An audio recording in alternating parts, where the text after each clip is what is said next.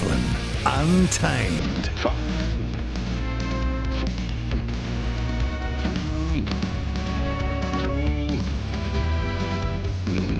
The platform. Welcome to the show, and it is a show and what a show. The podcast iOS, it's only sport. 1 till 4 on the platform every afternoon. Martin Devlin, Lachlan Waugh. We talk sport, that's all we talk about. And today, two major interviews, two very special guests on the show and in this podcast. Beauden Barrett plays for Toyota Verblitz now in the Japanese comp, injured on the weekend. How serious was that injury? How's he been playing? All Black ambitions. Does he want to wear number 10 again in that black jersey? Is he over the Rugby World Cup final? Because remember that Geordie, his brother, said a couple of weeks ago that he still lingers. Doesn't know if he'll ever get over it. Beauden Barrett on the podcast. And as well as that, remember the name. Ian Bishop. Bish. 60 or more tests for the West Indies. He played in that 1997 encounter, the last time the Windies had beaten Oz in Oz. He was part of the same side. Curtly Ambrose, Brian Lara, Courtney Walsh, those legends. Ian Bishop, talking about West Indies cricket, talking about Shamar Joseph, talking about the future of, not just for the West Indies, but for the rest of the world. Two very, very special interviews today for you on the podcast. But as always, we begin the show the same way. Tablets in hand, I say gather my flock. It is time for a sermon. Put Beauden back at first five. Let's go to the mountaintop. We live in an amazing, amazing world, and it's wasted on the crappiest generation of just spoiled idiots. Bring back Beauden. The former two-time World Player of the Year wants his number 10 All Black jersey back, and I say, why not? He's fit, he's keen. He is 33 this year. Is that enough to put you off? Probably means he won't be available for the next Rugby World Cup, but who cares about that right now? 2027 is a lifetime in rugby terms away. I'm not invested yet in the next Rugby World Cup. I only care about right here, right now, this year. The first under Razor as coach, rebuilding an All Black side that has consistently failed for the last 5 years. Be honest about that. We've lost a dozen times over the last 5 years. We aren't the best team in the world. We haven't been the best team in the world since the semi-final in 2019. That's coming up 5 years. That's the truth. Beauden wants the jersey back. This time every year I say I want to play 10, and that's what the coaches also agree on, and you get to the time when it comes to selection and somehow I slip back to 15, and I accept that. I want to be playing for the All Blacks. I want to be playing first 5'8". So what do we think about it? I say yes. I say Razor, he's our guy. Because who are the alternatives? One, Damien McKenzie. Yes, he says he wants the job. And he's had some experience playing there at international level. But he's not ready yet. Not for tests versus Ireland, South Africa and France. But who better to teach him than Beauden Barrett? Number 2, Stephen Perifetta for the Blues. No. No, Harry Plummer has no. Number 3, Fergus Burke, the Crusaders. No, not yet. He's nowhere near it. Number 4, the Highlanders first 5. The Hurricanes first. See what I mean? This is where it gets real. We don't have any depth in the position right now. And we have a full test schedule, a brand new coach and a reputation to restore. We need results. We need them now. So I don't care about what might happen sometime in the future when. The answer is sitting in front of us. Beauden Barrett wants it. Put him back at number 10. Devlin. What do you want? We want information. Information. You won't get it. The platform. And we've got about best part of 20 minutes, he says, so let's go. 1:11 time, Lachlan. What's in the sports news headlines? I've got some rugby news to start off with, Super Rugby to be specific. The Chiefs have selected 18-test All Black Luke Jacobson as their new captain for this year's Super Rugby Pacific season. The most significant part of that story is... Don't tell me. What, that it's Luke Jacobson? There is no co-captain. Oh, They're not doing a greens this year. Great. Just have one guy. This co-captain rubbish. Yeah, sometimes pyramid schemes work. When it comes to leadership, maybe it works. The Hurricanes have also named a new captain, with veteran Lucy Brad Shields given the honour for 2024. Another good call. Yeah, very good call. This is his first year back with the Hurricanes, isn't it? First, yep. To some England rugby news. First five, Marcus Smith has been ruled out of England's Six Nations opener against Italy in Rome. That's on Sunday morning New Zealand time. Marcus Smith has a calf injury. The Black Ferns' first fixtures of 2024 have been locked in as the Pacific 4 series returns for another year. The Black Ferns will take on the USA on May 11, Canada May 19, Australia on May 25, and then in the O'Reilly Cup, Australia again. That's on the 14th of July. Just so 2 months between matches. Anyway, Black Ferns have fixtures locked in. Whoop, whoop. Yeah. When's the Lions tour? Hard to get excited about this. No one turned up to those games last year. No one was interested. It's good Nobody that they've gave got a stuff. games. But it's great. It's good they've got games. It is. And look, and when it comes around to it, yes, I will get into it for sure. Sorry, that Lions series is in 2025, isn't it? 27. Oh, 2027. 27. Jeez, okay, I don't know. Same year as the Rugby World Cup, yeah. Yeah, that's smart. Oh, let me guess, they'll have them on at the same time. You know. Yeah. Renowned rugby league coach Wayne Bennett has officially thrown his hat into the ring for the position of Kiwis coach, intensifying the competition with Australian rival Mal Meninga. That's assuming he gets the job, of course. Let's not get ahead of ourselves. But NZ Rugby League Chief Executive Greg Peters confirming to New Zealand media that Bennett had applied for the role, but he wouldn't comment any further. He was approached by News Talk ZB. Former Silver Ferns captain Jenny Crampton is heading across the ditch. She's signed with Sydney-based Giants in Australia's Super Netball Series. Kiwi skier Alice Robinson has recorded her third podium finish of the Giants Slalom World Cup season after a very strong showing in Italy. Premier League games on this morning. Thankfully for you, Martin, Manchester United don't play till Friday, so you can sort of put off any tears that will be wept until then. Yes, going to the Black Country too. I hate Wolves. God, I hate Wolves. They're a niggly. They should. Nasty Remember that you opened the season against them and you won 1-0, but they should have beaten you. Well, they should have at least got a draw. That was pretty they were blatant much penalty. better than you that day. All right. Well, who hasn't been this year, mate? You. I would say, to be fair, they gave it Anfield. Yeah, that's right. Neither of us deserve to win there. But in the Premier League this morning, Arsenal beating Nottingham Forest 2-1 away. Luton smacking Brighton 4-0. Yeah, they're out of the relegation zone. We're going to talk about that in the Tide 5. That is significant. This is a team that everyone thought would go straight back down again. Off, yeah. They are out of the relegation zone. Newcastle beating Aston Villa 3-1. They went ahead 3-0 at one point of that game. They were up 2-0 at half-time. In terms of the table, Liverpool, still on top. But we play Chelsea tomorrow morning at Anfield. 2 points ahead of Arsenal, who are now second, but they've played 2 extra games than Man City and are only 3 points ahead of the Man City, also played tomorrow. Aston Villa still sit inside the top 4 despite that loss today. In terms of the relegation zone, Everton are in 18th, 1 point off Luton, who are 17th, Burnley 19th, Sheffield United 20th. Live sport of note again, it's mainly in American sports. NBA, Knicks, Jazz, that might be quite good. The Jazz are on the up. Celtics, Pacers, that'll be very good. Hawks against my Lakers. No, less said about the Lakers. How many points did you concede yesterday? No. And what did Bron say? Oh, he complained and said there was no heart from the team, and he called out the players, which means that they're all going to get traded. They're all going to get traded. They're traded. And another coach. It's always someone. This is the thing with LeBron. It's always someone else's fault. He never takes responsibility unless he's had a bad game. It's always someone else's fault. I saw a great tweet today. It was some guy, Marcus, that played with them. I can't remember who the guy was, for Miami Heat. And he said that during one of those games when he had first joined, during the halftime huddle, he called him a bitch. He said, "Come on, you're the best player in the world. Stop playing like a bitch, mate." And he said, because the word bitch is apparently... Mario Chalmers? Yeah, that was him. And apparently the word bitch is LeBron's trigger, right? And it's like Sir Alex Ferguson yelling at Wayne Rooney. Anyway, he got benched. He hardly ever played again, but he said LeBron actually stepped up and started. Chalmers did play for a couple more years, but yeah, he was never never one of the stars of that team. He was a very good point guard. I was always a big Mario Chalmers fan. The Golden State Warriors taking on the Philadelphia 76ers later today as well. Chicago Bulls fans, your team is in action against the Toronto Raptors. NHL, a few games on today. St. Louis Blues, Columbus Blue Jackets, San Jose Sharks, my LA Kings. Oh, they play tomorrow. Sorry, I misread that. They play tomorrow. Seattle Kraken, they're playing the Sharks today for any ice hockey fans out there. That is what is making news, Martin. Devlin. That is a disgusting act. The platform. Beauden Barrett, 119 tests for New Zealand. He's on sabbatical again.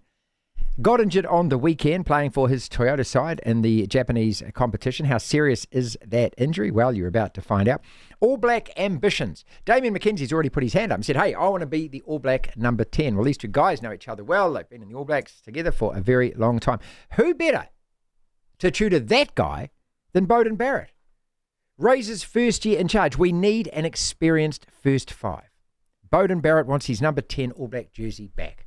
And I reckon, yeah, why not? Here he is. You've just come back from the doctor or the physio, mate. What's the update? Yeah, it's not too serious, and probably as predicted, it's a grade 2 MCL knee, so that's 4 to 6 weeks typically.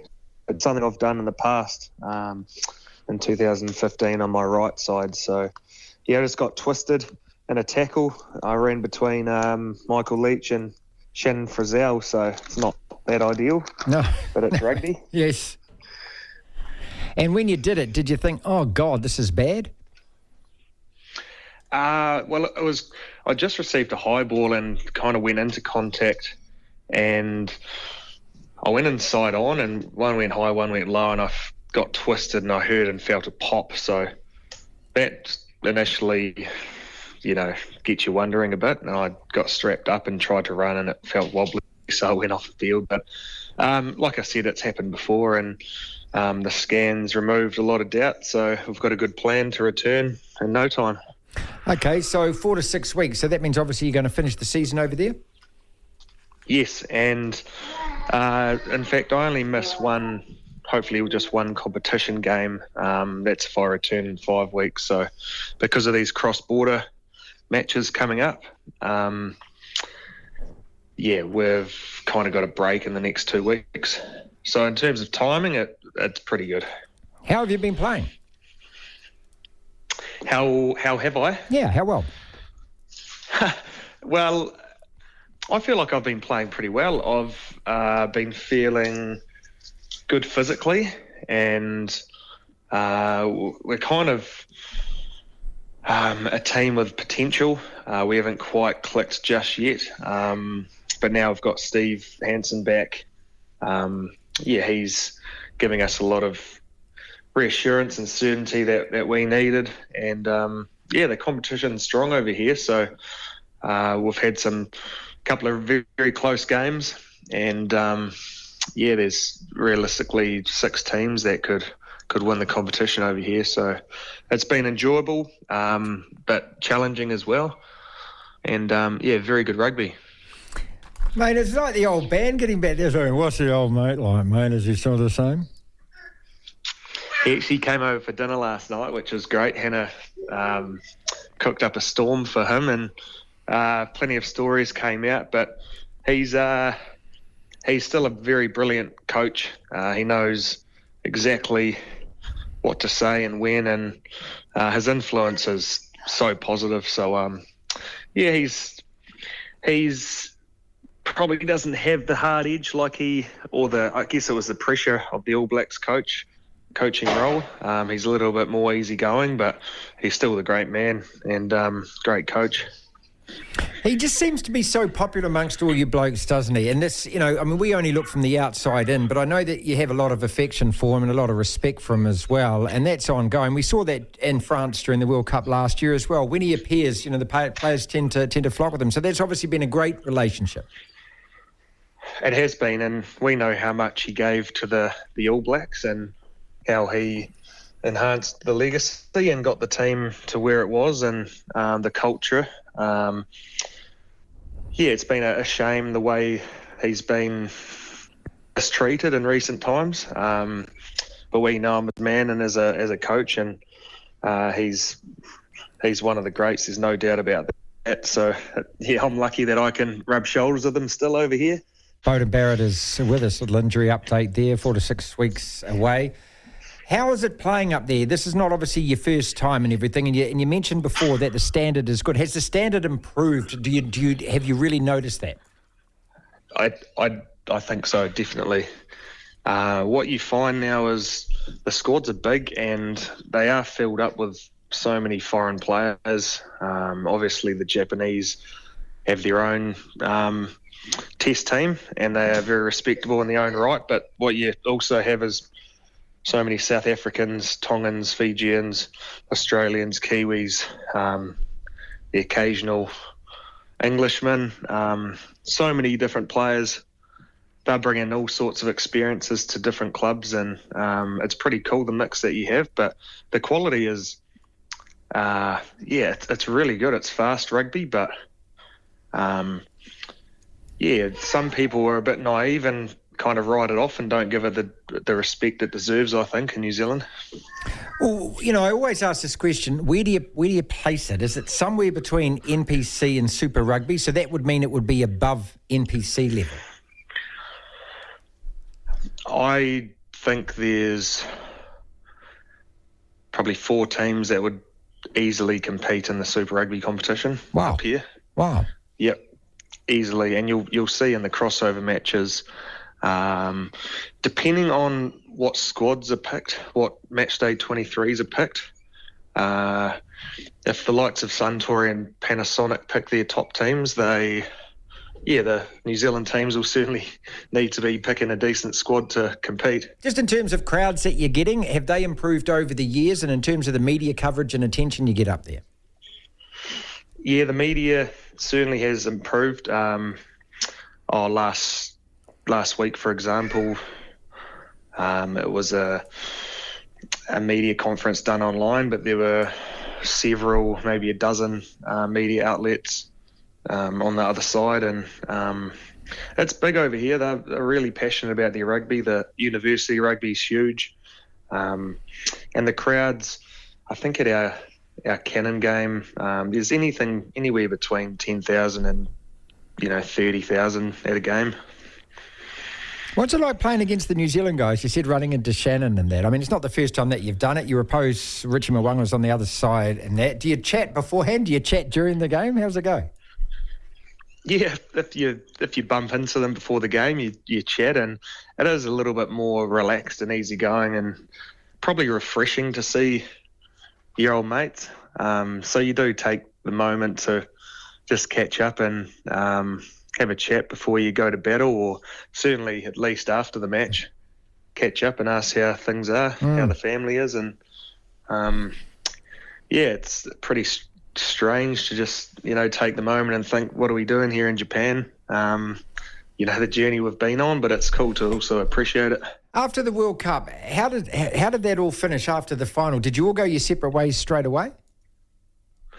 After the World Cup, so we had 2 nights in France, and then we flew home to New Zealand. We all flew home as a team, and Aaron Smith and I and Peter Steph de Toit, who was also in the final, obviously, I remember him. He only tackled just 28 bloody times or something, didn't he? Yeah. Yeah. We arrived at the Toyota Club on the 28th of November, so there was about a month where we went home, unpacked, repacked, and got on with it. I don't know whether you saw Geordie's comments a couple of weeks ago, and he was saying that he's still not over it. It still bites him. And, you've been through, the experience of winning a World Cup. You know what that's like. You've been through the disappointment, obviously, of a semi and a final and that. Do you ever really get over it? I mean, how does it linger for you as a player, as a past world champion? No, you don't. The thing that gets me is just how close it was and what could have been, and what if we just did this then, and all those little scenarios. You can take them as learnings, use them as fuel, but it just is. It is there, and it does bug you, and it probably will for a long, long time. The great thing is you're always looking forward to the next game, and don't even think about what's gone in the World Cup, but it just does resurface every now and then. Yeah, because one thing that because always... it was such a huge thing. And one of the things that always fascinates me when I read the answers to other athletes being asked this question is that, a lot of people say, when you're young and you're not, I was going to say young and dumb, but you're not young and dumb. But when you're young and you're full of that kind of vim and vigour and you're in your early 20s, you probably think, hey, we're going to make another one. We'll easily make another. Well, if we didn't win this, we'll make another one. And then kind of your career goes on. And for a lot of players, that's it. They only made that one final. So, really fortunate to make 2 of them. Yeah, and it's the older you get, the more influence you have.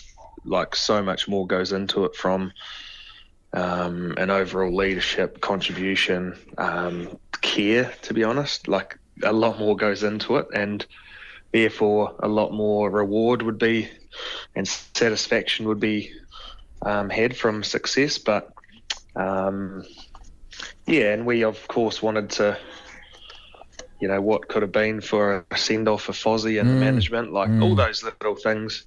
At the end of the day, we're super proud with where we took our team to, and we fell just short, but it doesn't stop it from bugging you from time to time. Yeah, I think about it myself and think about the disappointment, but then I look back at the feeling after that Ireland game, which was just extraordinary. And at the end of it, just as a fan, how proud I was with the effort and the tenacity down to 14 in that final. Like, that's what I want from the All Blacks every time we play. Do you understand what I'm getting at? I just want to see that. Yes. Yeah, we were all locked in, embraced that opportunity. We knew it was just going to have to be an absolute fight. Playing with 14, and we almost did it. Almost. Geordie was pushing on the side of the scrums, and yeah, God, that's right. I forgot about that. He wasn't bad either, mate. He wasn't bad. Yeah, and part of me is like, well, I could only imagine having a crack at a goal kick in the 78th minute with, after making so many runs and so many tackles and also pushing in a scrum. Like, I know I'm sticking up for my brother, but geez, no, man, my legs wouldn't be working if that was the case. I understand it. Look, I remember at the press conference, I think it was before Argentina, asking you about that, about the players in a lot of sports describe it as a band of brothers, but how special for you that it actually is your brothers. And wherever you go in the world in your life and your families from now on, and you meet at Christmas or wherever you meet, just those experiences. You can't put a price on that, can you? No, and to be fair, they're probably one of the biggest reasons I've decided to stay on, and what keeps me going in New Zealand. And yeah, it's pretty special, to be honest. Like, we don't play together for Super Rugby, but we play together for our province. Hopefully one day for Coastal. But the black jersey's super special. In terms of that, so you've re-signed, so obviously that's your target. You're fully amped to come back and play for the All Blacks. Yeah, the focus is this season. Obviously, I'm feeling good physically, apart from the little ding. But we've got a good plan to get back in 5 weeks. And I'm optimistic. I'm training and playing as best as I can, and in contact with Scotty Hansen just around some. And DMAC, just around some game stuff, sharing thoughts and so on, growing together and understanding each other and all that sort of thing. So it's an exciting year. There's potentially a lot of rugby to be played. And for me right now, it's just about getting my body right, because I know if my body's right, I'm driven to be there, and I just need to focus on playing well. You're 14 or 15 test matches, and I can't see that we're going to play the same team in every one of those. So, there's obviously opportunities there. I love the fact that Damien's put his hand up and said, I want that number 10 jersey. And I think that's what he had to do. But also you want that jersey too. Let's make that clear. That's going to be the position you're aiming for. Do you want to play 15 or do you want to play 10? To be honest, this time every year I say I want to play 10.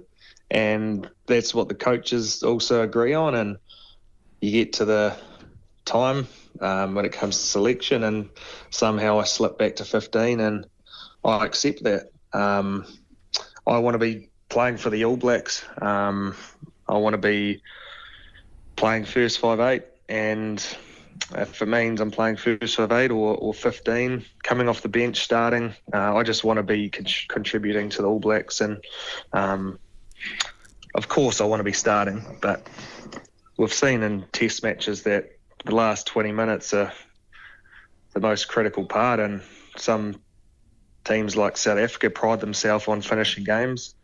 I'm not saying I want to come off the bench, but I know how influential a full squad is, the importance of a 23, and having experience there as well is critical.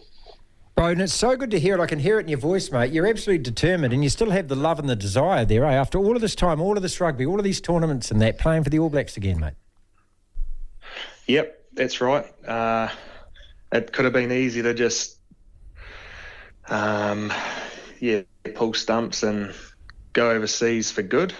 Yes, I've had a little bit of, and that's probably one of the great things about the sabbatical option for me, and taking just one season to go away. And it's when you go away you really appreciate how good it is in New Zealand. What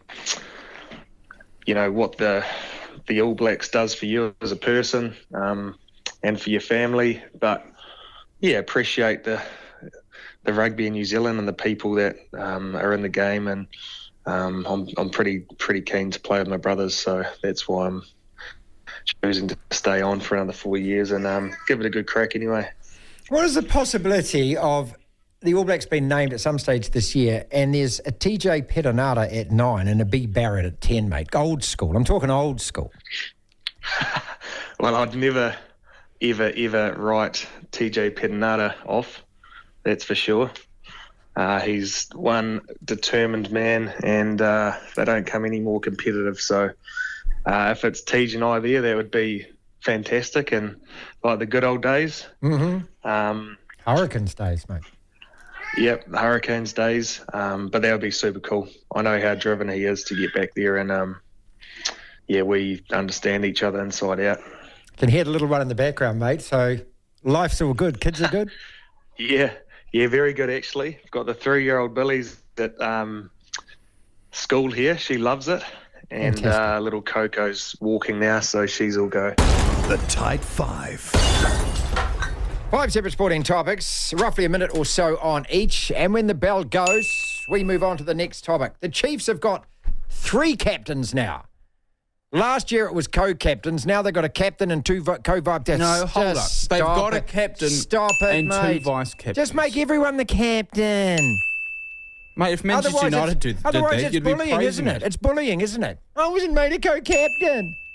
Beauden Barrett at 10 for the All Blacks. Are you happy with that? Also, his comments about, he reckons that there's 3 or 4 of the Japanese teams that could hold their own in Super Rugby.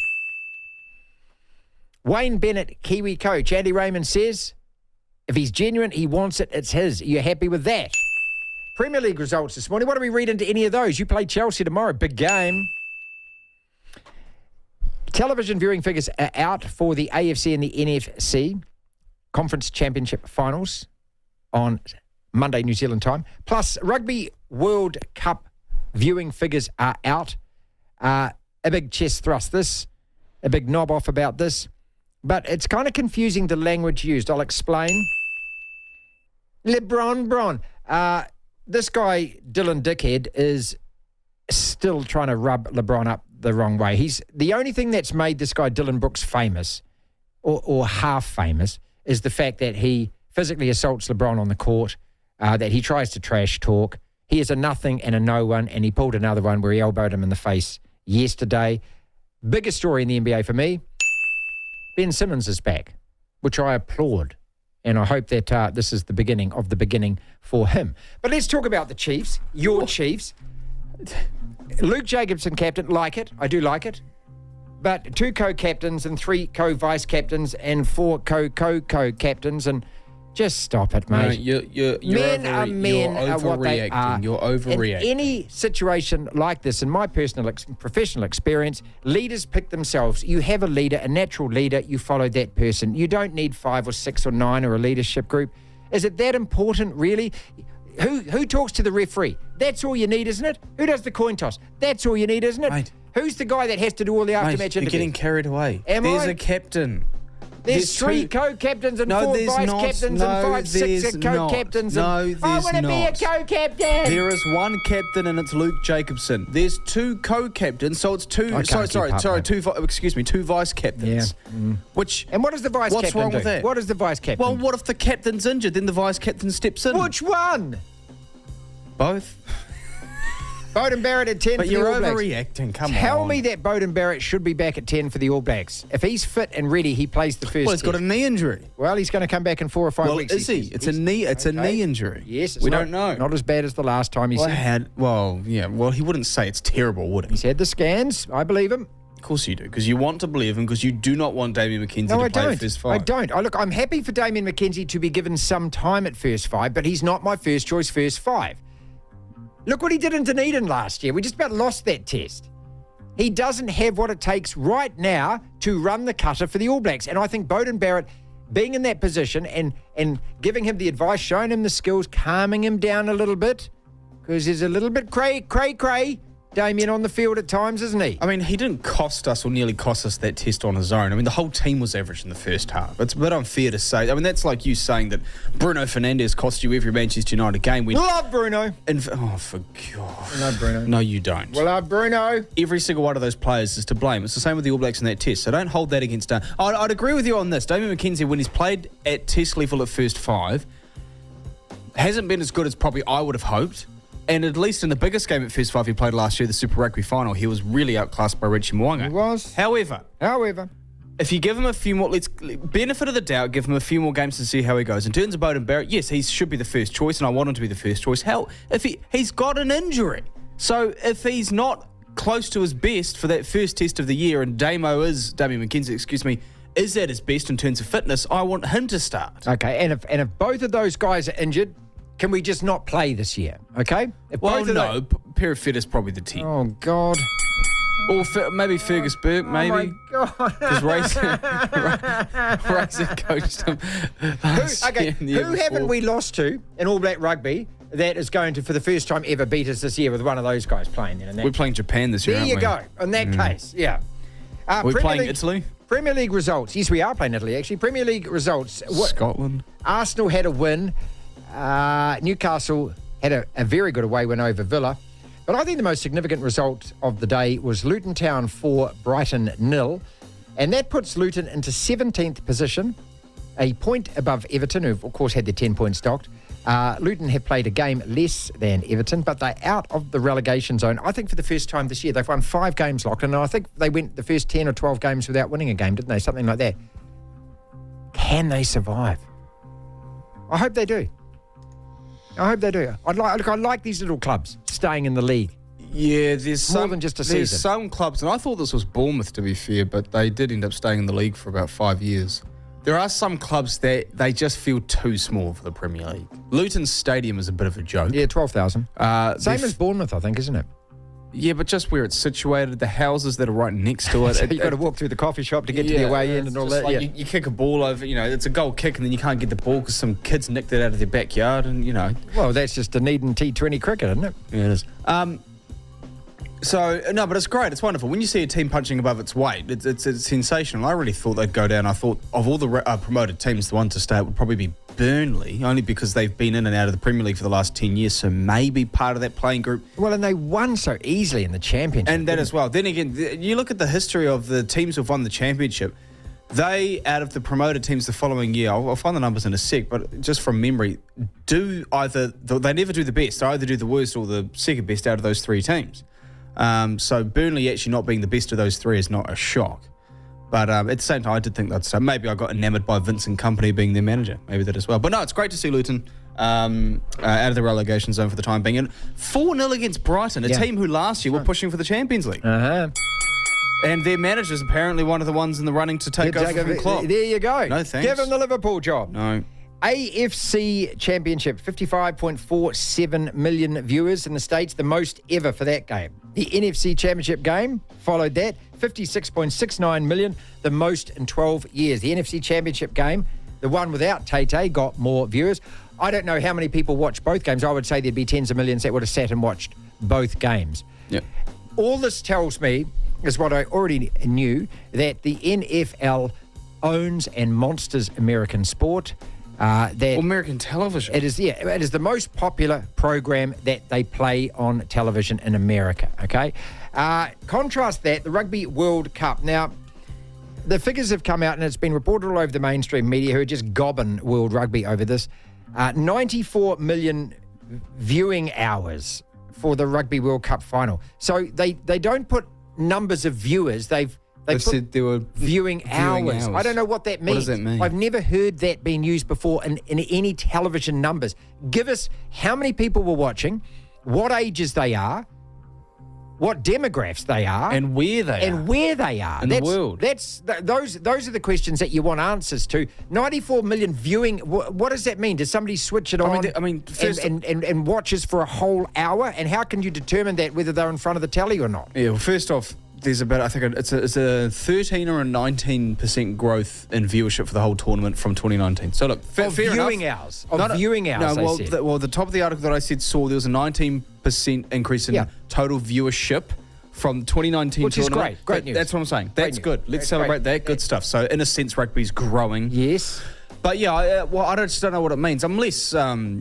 I'm less. What's the word? Conspiracy theorist. About you. You're sitting there going, "What does it? Like? What does it mean?" Well, I just know that these are spun by PR departments. Is what they cherry pick stats and facts. I'm sure they're great numbers. Can you just specify what viewing hours means? Explain it to us, please. Yeah. 3 days later, and we are still basking in the wonder of that West Indies win at the Gabba against Australia, the world's best Test cricket team. Well, the world's best T20, they're the world's best cricket team. Come on. They never lose at home. They never lose in Brisbane. They don't lose inside 4 days. And they did. And it's not a resurrection of Test cricket. It's just a reminder of what a beautiful game it is. Ian Bishop called that game. He was also part, coincidentally, of the last team, West Indian side, that had beaten Aussie in 1997. Ian Bishop. We're still basking in the glow of two amazing Test matches, Sunday New Zealand time. But the first one, of course, involving your West Indian cricket team, and just an incredible display from Shamar Joseph. Also beating Australia, our ancient enemy. Just glorious. I thought you would enjoy that. Look, it was a phenomenal day. And for myself to have witnessed the emotions of the players and the fans who were there and who have met since, and of course the messages from back home, it moved grown adults like I've never witnessed before, and I've seen sometimes and been part of sometimes. So I just feel that was remarkable. And given Shamar Joseph's story, as everyone knows now, and bowling almost on one leg, put the team on his shoulders, is something that history will reflect on very kindly. 27 long years. That stat is incredible, isn't it, since you'd won in Australia? Yeah, and more high-profile teams have gone there. I remember I played in that Test match when we won in 1997, of course, and I've seen and witnessed some of the teams that have gone there since, including some big names like Brian Lara and Carl Hooper, Ramner Sawan, Chris Gayle, Kemar Roach, etc. So I think for that team, with 7 debutants on tour, having been defeated in just over 2 days in Adelaide in the Test match before, on everyone talking about momentum, which I think is the most foolish word we ever use in cricket, to go to the Gabba as a number 8 ranked team in the world and defeat the number 1 ranked team in the World Test champions on that ground. I don't know if people fully understand how remarkable that heist was in the history of the game, not just West Indies cricket, because I don't think there's been a greater achievement in terms of winning against all odds in West Indies cricket, but probably in the world game Test matches as well. I've got so many questions to ask you around, the future of West Indian cricket and what this particular win can actually do for that. But just, tracking back to that 1997 side, look, we've all watched Fire in Babylon. We love that 70s, 80s. The swag that was your team, just the menace in that pace bowling, just the self-confidence, and just a bunch of cool dudes. Can I say that, Bish? Just a bunch of cool dudes, man. You can. I'm not sure that I'll buy it, but you can, and I give you permission to use it. Thank you. So what does it mean to the rest of your teammates and just players of that era and of that ilk who have stamped West Indies as such a force in cricket way back then? What does it mean to you guys? I can speak for myself and a couple of others. Brian Lara was at that ground and Carl Hooper. And Brian and Carl and I have been in teams where we've had some times, we've had some victories, we've had some moments, right? So I won't pretend that I've never seen emotion from those guys. Carl in particular was always a cool dude. We would call him cool. So I can imagine how the rest of the world saw him.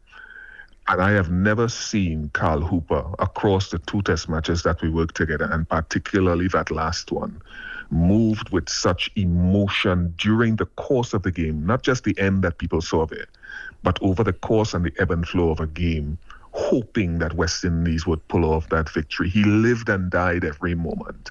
So I think for guys like us, and I would hope many of my colleagues and predecessors would see the spirit and the character of this team. And they may have lost hope. We may have sort of given not qualifying for the World Cup last year. The hope may have dwindled a bit, but I think this should resurrect the belief that West Indies cricket can once again be relevant if we put certain things in place.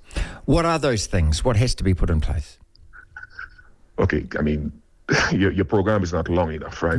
Okay, Our right. CEO, Johnny Grave, did a wonderful interview with Nasser Hussain and Michael Atherton. I think it was last week or a couple of weeks ago, where he outlined the disparities of the world game. And New Zealand themselves know how the balance of power is allied in the world game, financing and all of that.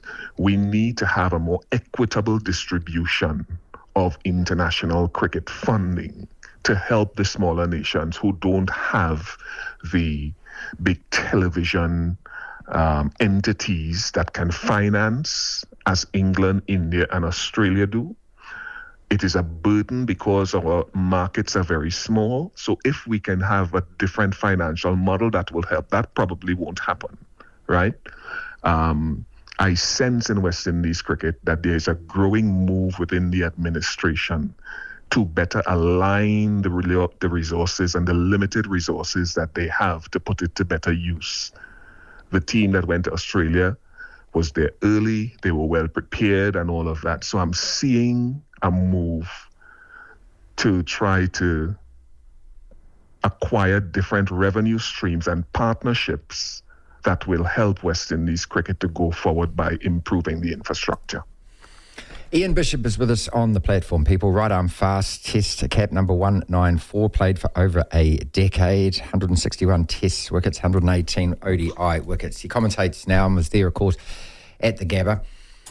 Let's go to Shamar Joseph then, and that remarkable story. Just the courage, the tenacity. But what I loved more than anything, Bish, and I hope you agree, was that, you know, Test cricket is the ultimate form of the game. It's one of the greatest sports in the world, and it didn't matter about the, you know, how many runs he was conceding. It was simply about the sheer pace, the angles he was bowling, what he could do to intimidate the batsman, and then getting the wickets. Do you love that as well? Like, you don't have to worry about run rate and whether he's conceding or whatever. It's just, Thank you. No, I'm sorry, I'm laughing because every time I think I've grown to know Shamar before all of this started, right? People are seeing the glory now, but they did not know Shamar's story. I knew Shamar before all of this glory, so I speak from a position of experience. Let me just touch on one thing before I go to Shamar. Test match cricket in New Zealand, for example, is not a viable revenue stream like in the Caribbean. Like it is a loss-making thing unless it's India or England touring, right? So that's another thing that needs to be fixed. Reason why it needs to be fixed. So you guys know.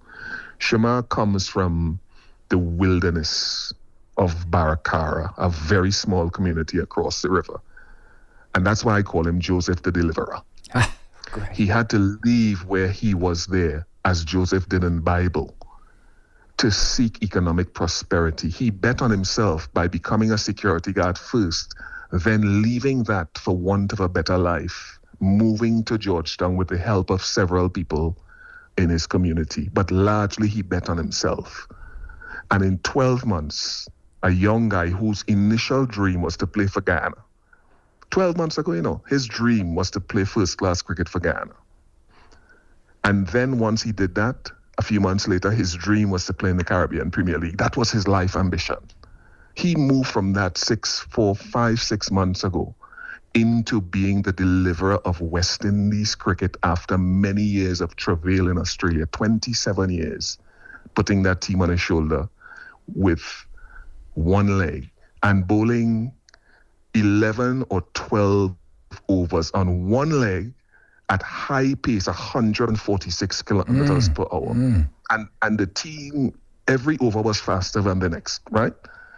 That tells you how strong that young man is, both physically and mentally. And the team gave him that freedom. But don't be fooled. Shamar understands the value of not going for runs. And that's the thing that served him well in Australia. He bowls a great length, not just a profligate length. To hear the full interview, download the platform at the App Store. Via Platform Plus, you can go back and listen to the whole show and all of the interviews in full. We need to talk. We need to talk. We need to talk. Your favourite game, Lachlan, is called what?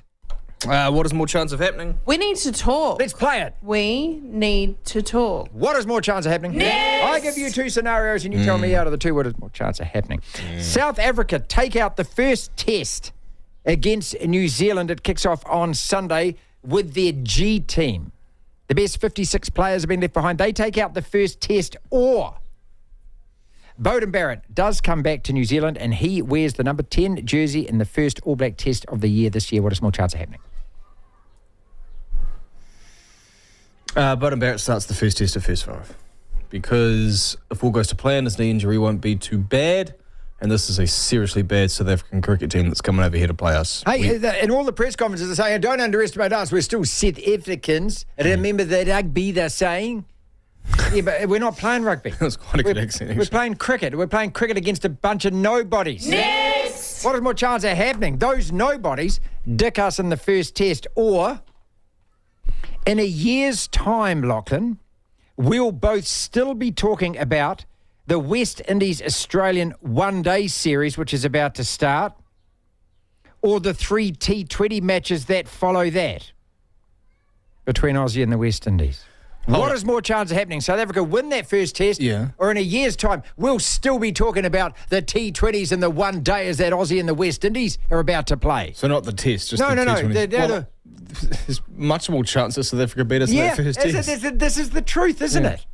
And we're not going to be talking about limited overs matches unless something goes crazy. Look, unless a plane crashes into the ground or something, right? They are all just one big blur is what they are, as Ian Bishop says there. Next! And he's exactly right. It's up to those that run world cricket. It's in front of you, you idiots. How do you think the meeting's going in Dubai, though, where all the ICC chief executives all sit round? I know what we should do, lads. You know all that big pile of cash that's sitting in the corner over there? What we need to do is we need to divvy that up and give it to the Test cricket players. No. Let's keep it for ourselves. Let's create a T5 league. Go on. 5 overs each way. Just about. What about a T1? You just bring your bat and I'll bring a ball. Just one ball. It goes on for 10 minutes. What is more chance of happening? South Africa beat us in the first test of 2 starting this Sunday, or Henry Nicholls makes it back into the test side to face Aussie in the series after that. Is he selected for the South African series? No. He got dropped for Russian. No, I think there's more chance that and the first one was that South Africa beat us in the test. Oh, jeez. I think there's more chance that South Africa beat us in a test. You don't think Nicholls has got no chance? No. Because I think Rutchin's starting to find his groove. Well, look, the reason I think that they've picked him in this is to give him a little bit of an easier run before Aussie. Yeah, and the thing is that... Jeet Raval, what happened to that guy? He still plays domestically, Does he? I think. Oh, good on him if he does. Because he was given a chance, but the chance he got was against Australia in Australia. No, when wasn't that every single game. That was like his last chance. He'd opened a few times and hadn't done so well. And it's like, oh, here you go. This is your last chance. Oh, who are you playing? Australia. Where? Is What? it here on our own pudding pitches? No, Perth, Melbourne, and Sydney. What? It's one of them. One of them's the Boxing Day test. Don't tell me that. Yeah. And you're telling me to open against that pace attack on What is a Boxing Day test? Hazelwood fit? Yeah, he's fit. Well, Stark and Cummins aren't. Stark aren't fit, they? yeah. No, they're playing. Cummins still. But I mean, give the guy another chance, surely. Next! We're playing South Africa Z. I mean, this is where every loser it's like you that has guys. played cricket in New Zealand who's ever wanted to play a test, this is what New Zealand cricket should have done. They should have just raffled off here, whoever wants to, whatever fat guy in the crowd thinks he can catch a ball and bat, just to absolutely make a mockery of what this series is. It's like Ten Hag saying to Hoyland, "This is your last chance, son. Bag me 2 goals and then you're safe." Oh, who are we playing? Man City. What? Away? Yeah. It just doesn't make... Do I at least have Bruno and Rashford with me? No, they're injured, actually. No, you got Waugh and Devlin. South Africa take the first test, Lachlan. Good chance. I know I slagged them before, but I still think a good chance. They're a side that we struggle. We haven't beaten them in a series Ever. We've never beaten the Saffers in a test series, full stop. What is more chance of happening? That this South African 10th division side beat us in the first test, or New Zealand cricket admit they got it wrong and they should have finished the Super Smash competition? Oh, no, there's more chance South Africa beat us. Stop it. One thing is, even if a sporting body gets it wrong, they'll never admit They're it. never going Unless to... it involves, not to be rude or disrespectful or anything, but unless it involves like something to do with violence or attacks on women or some sexual misconduct, they're never going to admit something publicly. Actually, I will actually go into bat here for Netball New Zealand because I believe they are one of the most honest, forthright administrations in New Zealand sport. I'll tell you what, She tells it like it is. 1, CEO, Jenny? woman. Yep. 2, the bulk of their players, women. They don't BS. That organisation doesn't BS. Tell you what, men are good at BSing. Oh, we have to be experts at it, mate. Next! They make us be experts at it, mate. Next! Nothing wrong with a white lie.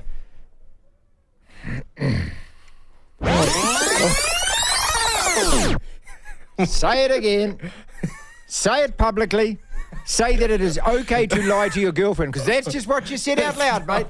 You just said that out loud. I said a white lie. Well, define a white lie. Is that a big lie or a little lie? Where you been? I just been out. Well, where? Oh, I just went out for a walk. Well, what do you mean you went out for a walk? You've been out for 2 hours. Why wasn't your cell phone on? My cell phone ran out of battery. No. And then the reason is because you're buying them a birthday present. And you can't tell them that, can you? Okay, well, that's actually all right. I'll let that one get through. Go straight. See? That's a good white lie. Clever. All right. What is more chance of happening? South Africa stump up and take out the first test against New Zealand, and that starts this Sunday, Mount Maunganui. Or South Africa, the rugby team, improve dramatically under Tony Brown attack coach and start scoring thrilling, passing backline tries. Well, they do score thrilling. No, they don't. The way they score backline tries is they pump it up, they do an up and under, like they did against France and England. They just see bing bong, where it bounces, and they catch the ball and score. Well, against us and Twickenham, there were a couple of tries they scored when they actually passed the ball through their backline. But the All Blacks weren't trying too hard in that game because it was before the World Cup and we're saving ourselves for the World Cup, Lachlan, so it wasn't that important. It doesn't matter that we lost 39,000-0, does it? And then what happened in the World Cup final when we played them again? We lost. We lost. There's more chance that these I've got a real Springboks- beef about this with this group of All Black players. They don't appear to care to me as much as they should about the fact Maybe that they do. have Maybe lost they're punching so many walls matches. behind the scenes. You don't know. Well, we know that several of them do that, Lachlan, but it's probably in the privacy of their own domestic environment. Next! ARU Andy Raymond Unfiltered, our Australian correspondent, who joins us every single Wednesday. Wayne Bennett has put his hat into the ring for the Kiwi coaching job. That confirmed by New Zealand Rugby League. What does it mean, though? Andy's thoughts. Is it a possibility? Mate, more than a strong possibility. And if he is genuine about this, he gets the job. That's my mail. If it's genuine, he gets the job. What it could also be, Wayne is up for contract at the end of the year. Wayne being Wayne, he wants to keep coaching.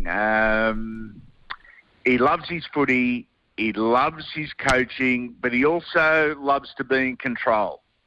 And this could very well be the first indication that he wants to keep going in his coaching career, putting his hand up, getting his name out in the headlines, and, taking over what Michael Maguire did.